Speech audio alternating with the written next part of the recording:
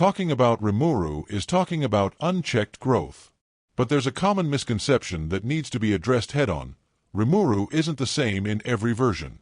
What many call infinite power changes drastically depending on where this story is being told.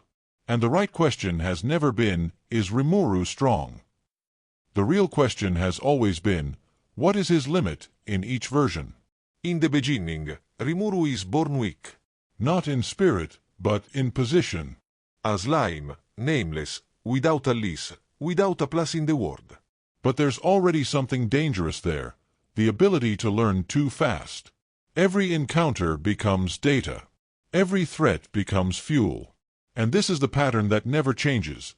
Rimuru doesn't win because he's the most powerful at the beginning, but because he grows faster than the world can react. In the anime, this growth is presented as a constant, almost comfortable progression. Rimuru becomes frightening, yes, but still seems playable, understandable. His abilities have visual impact, impressive names, but relatively clear limits. There is a tension. There's risk. The anime makes a point of maintaining the feeling that, despite being very strong, Rimuru still needs to think, choose, and negotiate. The limit of the anime's Rimuru isn't raw power, it's responsibility. He can win battles, but he can't solve everything alone without consequences. The world still reacts. Still resists. Still demands its due. In the web novel, however, the story changes tone. Here, Rimuru ceases to be just a powerful leader and begins to approach something uncomfortable. The abilities pile up mercilessly.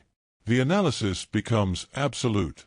The adaptation happens in real time.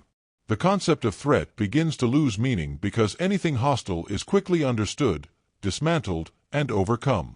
The limit of the web novel's Rimuru isn't in combat. It's in scale. He stops confronting individuals and starts confronting concepts. Time, causality, existence. The danger is no longer dying, it's losing purpose. Here, Rimuru no longer grows to survive, but to sustain the very reality around him. And then we arrive at the light novel, where everything becomes more refined and more dangerous. The Rimuru of the light novel isn't the most exaggerated, but he's the most complete. His abilities don't exist solely to win, they exist to maintain balance. There's control.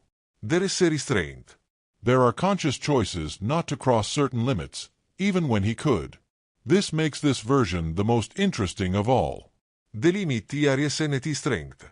It's decision. Rimuru could go further. He could break entire structures.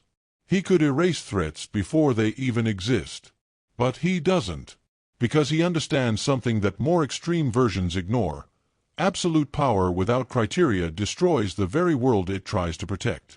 If you've already noticed these differences, or if this is opening your mind now, it's worth continuing here.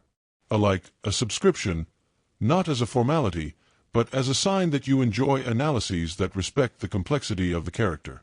Because Rimuru isn't interesting because he's invincible. He's interesting because he knows when not to be. In the end, Rimuru's true limit was never a specific ability. It was the version of the story in which he exists. In the anime, the limit is the world around him. In the web novel, the limit almost disappears. In the light novel, the limit is awareness. And perhaps that's the greatest proof of power Rimuru has ever demonstrated. Not going as far as he could, just because he can.